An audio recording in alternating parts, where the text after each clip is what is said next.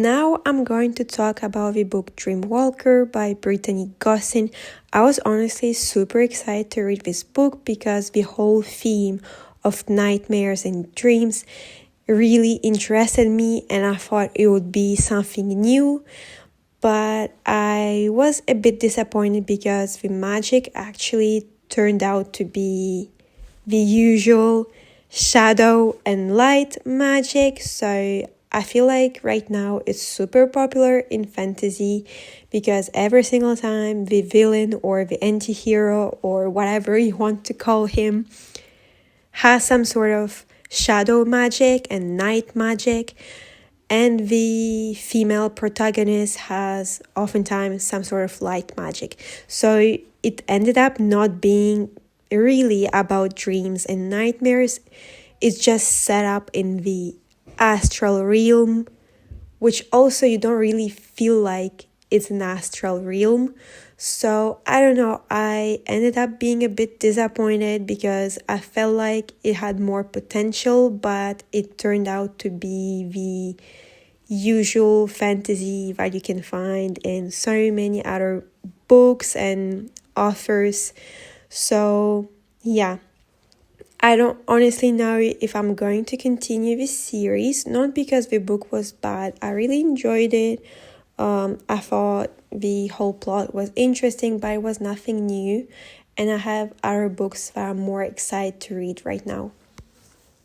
In terms of plot, we are following the journey of Ella, who is 17 years old, and her life takes a turn when suddenly her nightmares become reality, and the only way to escape that nightmare is to go with the night to the astral realm, which is a world where basically no one dreams because it is the dream world.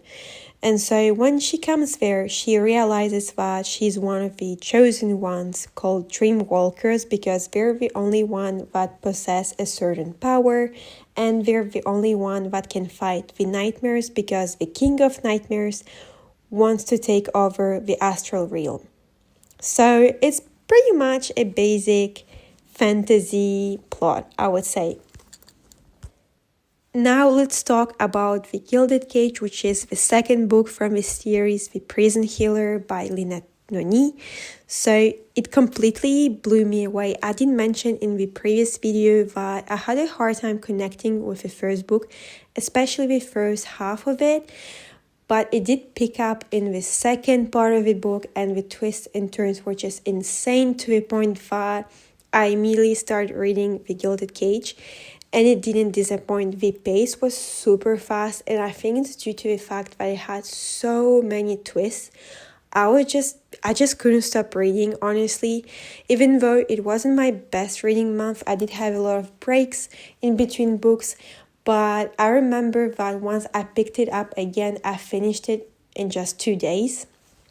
And yeah, it was so good. I won't go into much details about the plot because I don't want to spoil it.